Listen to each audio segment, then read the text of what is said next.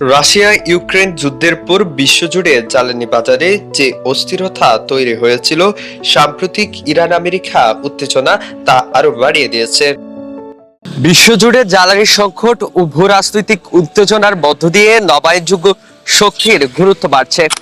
বিপুল সম্ভাবনা থাকা সত্ত্বেও কক্সবাজারে এখনো গড়ে ওঠেনি দীর্ঘমেয়াদী কোনো নবায়নযোগ্য জ্বালানি পরিকল্পনা। সম্ভাবনা আর বাস্তবতার এই ব্যবধান নিয়ে বিস্তারিত থাকছে আমাদের প্রতিবেদনে। জ্বালানি নিরাপত্তা নিশ্চিত করতে বিশ্বের বিভিন্ন দেশ এখন নবায়নযোগ্য শক্তির দিকে ঝুঁকছে। বাংলাদেশও পিছিয়ে নেই। তবে বিপুল সম্ভাবনা থাকা সত্ত্বেও দেশের অন্যতম সম্ভাবনাময় অঞ্চল কক্সবাজারে নবায়নযোগ্য জ্বালানির বিকাশে এখনো নেই সুস্পষ্ট ও দীর্ঘমেয়াদী পরিকল্পনা।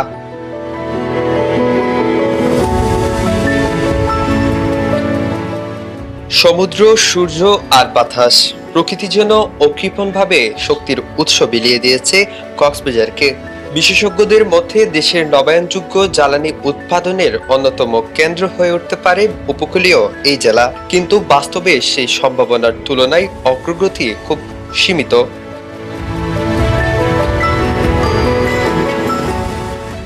বাংলাদেশ সরকার ২০৩০ সালের মধ্যে মোট বিদ্যুতের ২০% নবায়নযোগ্য উৎস থেকে উৎপাদনের লক্ষ্য নির্ধারণ করেছে। অথচ নবায়নযোগ্য জ্বালানির জন্য সবচেয়ে উপযোগী এলাকাগুলোর একটি কক্সবাজারে এখনো বড় ধরনের কোনো সমন্বিত পরিকল্পনা দৃশ্যমান নয়।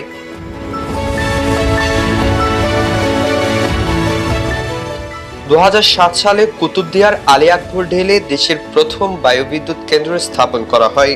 পরে জলোচ্ছ্বাসে ক্ষতিগ্রস্ত হওয়ার পর ২০১৬ সালে নতুন প্রকল্প গ্রহণ করা হয়। দুই প্রকল্পে ব্যয় হয় প্রায় ৩৮ কোটি টাকা, কিন্তু বছরের পর বছর ধরে সেই স্থাপনাগুলো পড়ে আছে পরিত্যক্ত অবস্থায়।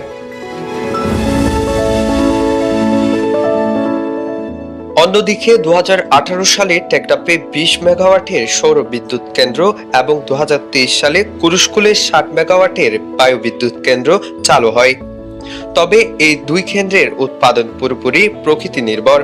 বাতাসের গতি কমে গেলে বা সূর্যের আলো কম থাকলে উৎপাদনও উল্লেখযোগ্যভাবে হ্রাস পায়। আমাদের যা চাহিদা তা আমরা পূর্ণ সরবরাহ পাচ্ছি, কাজে গ্রাহকের কোনো লোডশেড নাই এখন বর্তমানে।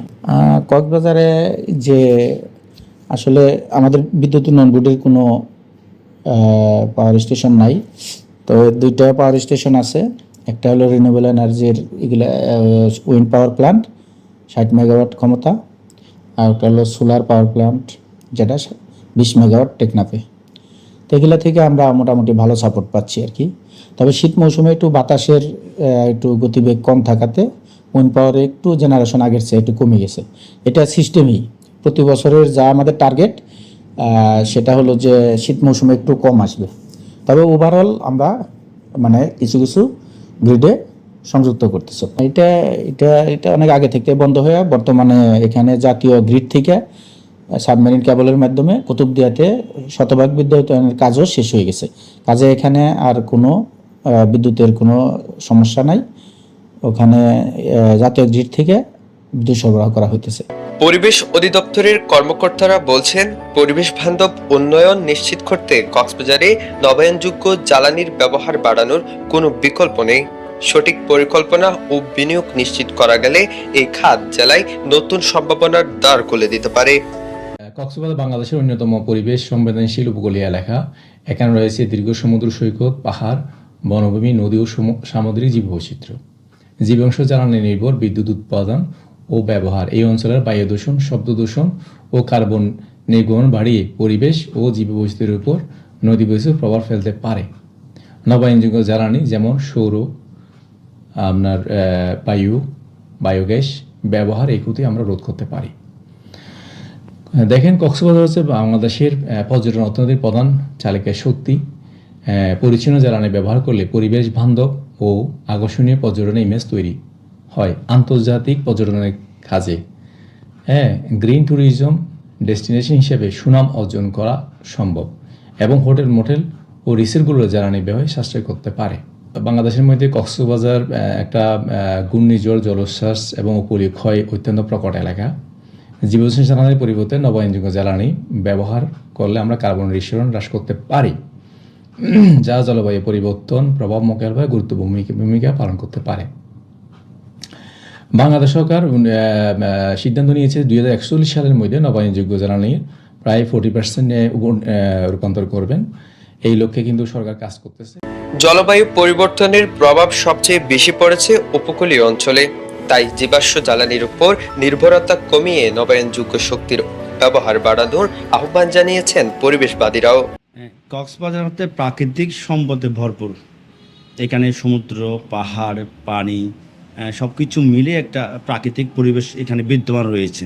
তা আমরা মনে করি এই প্রাকৃতিক পরিবেশকে সুরক্ষা করার জন্য নবায়নযোগ্য যে জ্বালানি এটা এখানে বেশি বেশি করা প্রয়োজন। কক্সবাজারের মতো পর্যটক শহরে নবায়নযোগ্য জ্বালানির কার্যকারিতা রয়েছে এবং কক্সবাজারের মতো জায়গায় নবায়নযোগ্য বিদ্যুতের উৎপাদনের বিশাল একটা জায়গাও রয়েছে, যেমন কুতুবদিয়া বায়ুবিদ্যুৎ কেন্দ্র রয়েছে, কুরিশকুল বায়ুবিদ্যুৎ কেন্দ্র রয়েছে। আমরা যদি সরকার যদি চেষ্টা করে তাহলে সমুদ্রের ঢেউ থেকেও কিন্তু বায়ুবিদ্যুৎ করা যায় এবং পৌরসভার যে বর্জ্য সেখান থেকে কিন্তু আমরা নবায়নযোগ্য জ্বালানি উৎপাদন করতে পারি।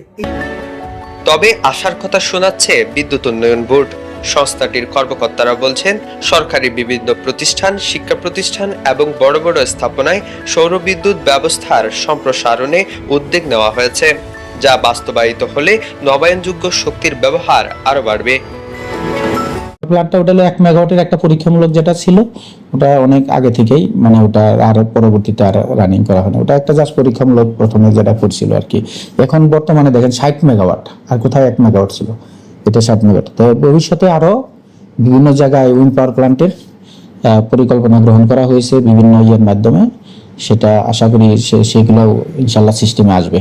এবং অলরেডি আমরা বর্তমানে আমাদের মাননীয় উপদেষ্টা মহোদয় অলরেডি কাজ শুরু করছে।